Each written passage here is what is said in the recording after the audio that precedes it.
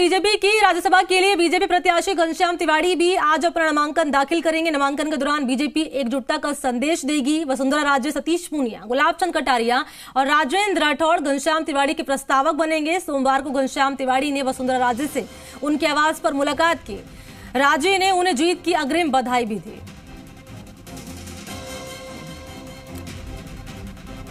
तो घनश्याम तिवाड़ी ने सबसे महत्वपूर्ण बात यह कि घनश्याम तिवाड़ी ने वसुंधरा राजे से उनके आवास पर मुलाकात की। राजे ने उन्हें जीत की अग्रिम बधाई दी। तो देखिए, कांग्रेस की बात कर ली जाए तो प्रमोद तिवाड़ी, मुकुल वासनिक, रणदीप सुरजेवाला उम्मीदवार घोषित किया गया है, जो कि नामांकन दाखिल करने पहुंचेंगे। इधर बीजेपी से घनश्याम तिवाड़ी, डॉक्टर सुभाष चंद्रा उम्मीदवार घोषित किए गए हैं, जो कि नामांकन दाखिल करने पहुंचेंगे। और पल पल की अपडेट आप जी राजस्थान पर देख पा रहे हैं। बीजेपी की बात कर ली जाए तो सबसे महत्वपूर्ण बात इनमें ये कि वसुंधरा राजे से मुलाकात करने के लिए बाकायदा घनश्याम तिवाड़ी उनके आवास पर गए, जहां पर राजे ने उन्हें जीत की अग्रिम बधाई दी। तो जीत के क्या कुछ समीकरण बनते हुए नजर आ रहे हैं, ये तमाम जानकारी हमारे सहयोगी दर्शकों के साथ साझा करेंगे, जो कि ग्राउंड पर मौजूद है विधानसभा के बाहर। और ज्यादा डिटेल के साथ सहयोगी भरत मेरे साथ इस वक्त लाइव जुड़ चुके हैं, जो कि जानकारी उनसे हम जानेंगे। अभी फिलहाल क्या कुछ समीकरण बनते हुए नजर आ रहे हैं भरत? जिस तरीके से लगातार जानकारी ये मिल रही है कि सुभाष चंद्रा को जो है उम्मीदवार घोषित किया गया, बीजेपी की तरफ से घनश्याम तिवाड़ी को उम्मीदवार घोषित किया गया, कांग्रेस की तरफ से भी नामों का ऐलान कर दिया गया है। क्या कुछ अभी जीत के समीकरण बनते हुए नजर आ रहे हैं? क्योंकि बात कर ली जाए वासुदेव देवनानी की उस रिएक्शन की, जो कि उन्होंने कुछ दिन पहले दिया था, ये कहकर कि कांग्रेस के कुछ विधायक हमारे संपर्क में।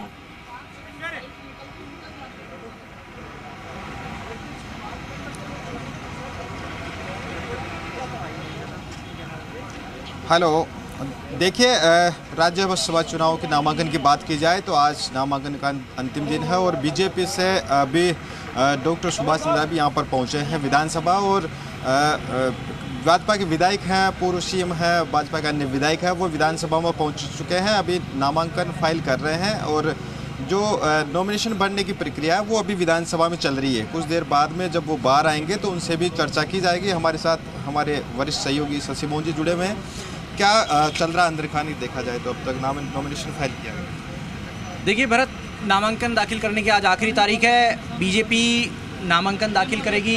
दोनों सीटों पर बीजेपी प्रत्याशी उतार रही है और बीजेपी के नेताओं में बड़े ही संशय की स्थिति दिख रही है। सतीश पूनिया आते हैं, बोलते हैं बीजेपी नामांकन दाखिल करा रही है, 2 प्रत्याशी उतार रही है। राजेंद्र राठौड़ आते हैं, एक बार कहते हैं कि प्रत्याशी उतार रहे हैं और थोड़ी देर में आप इंतजार कीजिए, सारी चीज़ें आपको पता लग जाएंगी। लगातार इससे सस्पेंस बढ़ता जा रहा है कि आखिर पार्टी के मन में क्या है। बीजेपी के नेता अजय पाल सिंह भी थोड़ी देर में यहाँ पर पहुँच रहे हैं, ऐसी सूचना आई है। और पार्टी के विधायक यहाँ पर लगातार पहुँच रहे हैं। हालांकि बीच में एक संशय की स्थिति हुई थी, बीजेपी की तरफ से अधिकृत मैसेज आया पार्टी के व्हाट्सएप ग्रुप में कि सभी विधायक 10 बजे विधानसभा बीजेपी कार्यालय पहुँचेंगे, लेकिन ऐसा नहीं हुआ। सभी विधायक यहाँ पर पहुँच रहे हैं। बीजेपी के विधायक निर्मल कुमावत पहुँच गए। और आप ये देखिए कि कांग्रेस के जो प्रत्याशी हैं उनका भी आज ही नामांकन दाखिल करने का कार्यक्रम है। अभी तक सिर्फ एक नामांकन दाखिल हुआ है और वो नामांकन एक बहुत नॉन सिंसियर कैंडिडेट जिसको कह सकते हैं, कोई कारोबारी बताया जा रहा है, जो कल ये आकर के नामांकन भर के गए, लेकिन वो उनके ना तो प्रस्तावक कोई भी नहीं था, उनके साथ कोई विधायक नहीं था, केवल अपने वकीलों को साथ लेकर के आए, नामांकन दाखिल किया और उसकी एक्नॉलेजमेंट स्लिप लेकर के चले गए।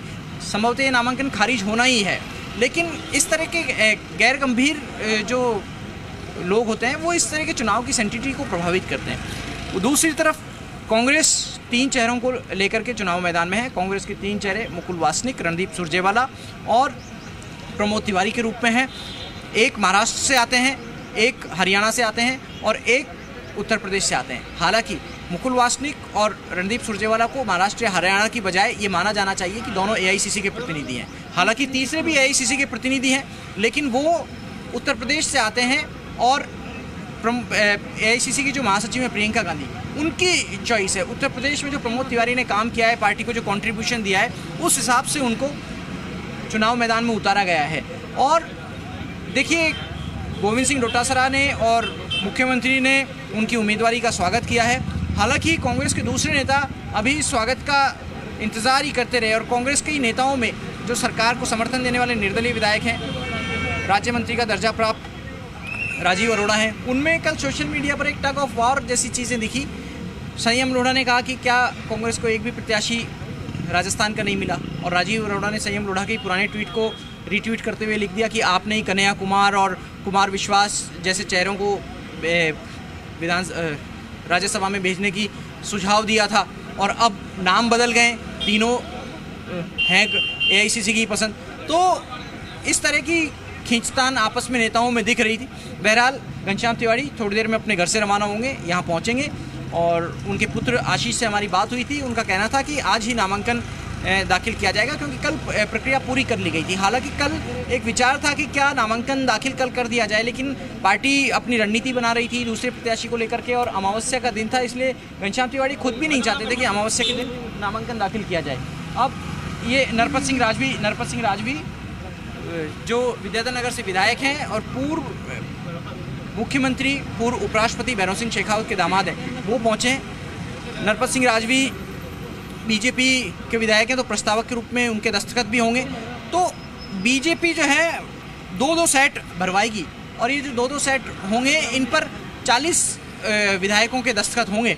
और इस बात को देखते हुए एक संभावना ये लग रही है कि 2 सेट से ज़्यादा भी भरवाए जा सकते हैं, जिससे विधायकों का एसोसिएशन जो है, उनकी बॉन्डिंग ऐसा लगे कि उनका भी इस नामांकन की प्रक्रिया में पूरा जुड़ाव है।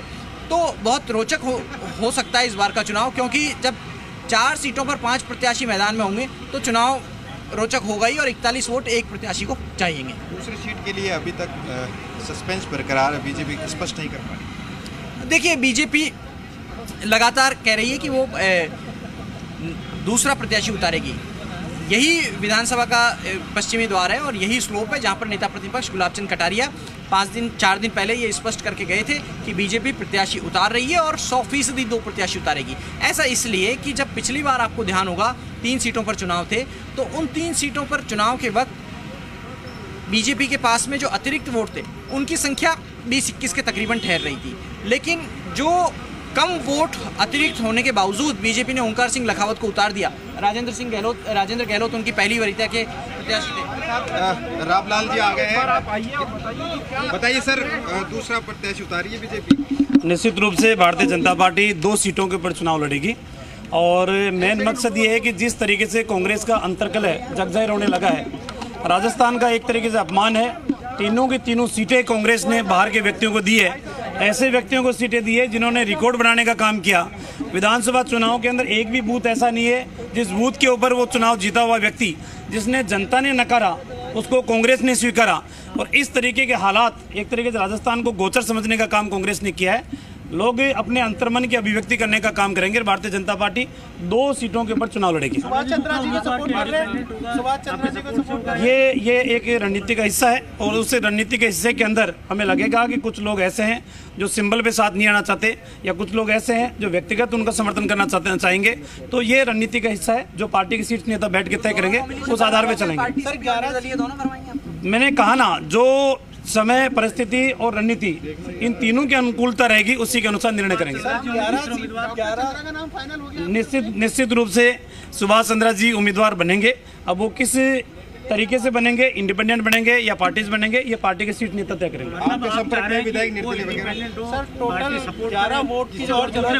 देखिए, मैं साधारण कार्यकर्ता हूँ, और पार्टी का जो प्रदेश नेतृत्व बैठ के तय करेगा, हम उनके आदेशों की पालना करने का काम करेंगे। 11 वोटों की और जरूरत पड़ेगी, 30 है तो वो 11 हो सकता है 11 वोटों की जगह 22 वोट आ जाए, आप इंतजार कीजिए।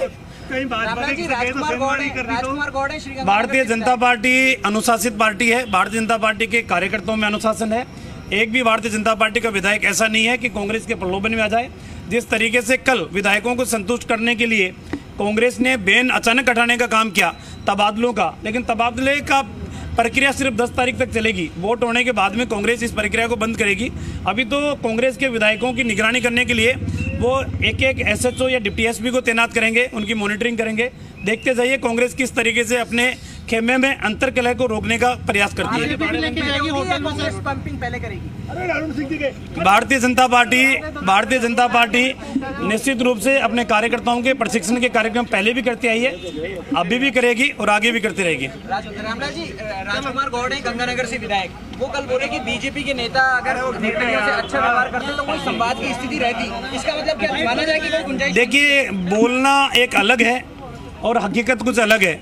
गौड़ साहब को लग रहा है कि 1.5 साल का शासनकाल है, 1.5 साल में मेरे कुछ काम सरकार और हो जाए, तो इसलिए वो बोल कुछ रहे हैं। अगर अकेले में उनके अंतर्मन की वेदना आप पूछोगे तो वो निश्चित रूप से बयां करेंगे कि सरकार ने उनके साथ भी कैसा दुर्व्यवहार किया। लेकिन वो तो ये कहते हैं गहलोती कांग्रेस है और कांग्रेस ही गहलोत है राजस्थान। ये उनके व्यक्तिगत विचार हो सकते हैं, उनकी पार्टी के विचार हो सकते हैं।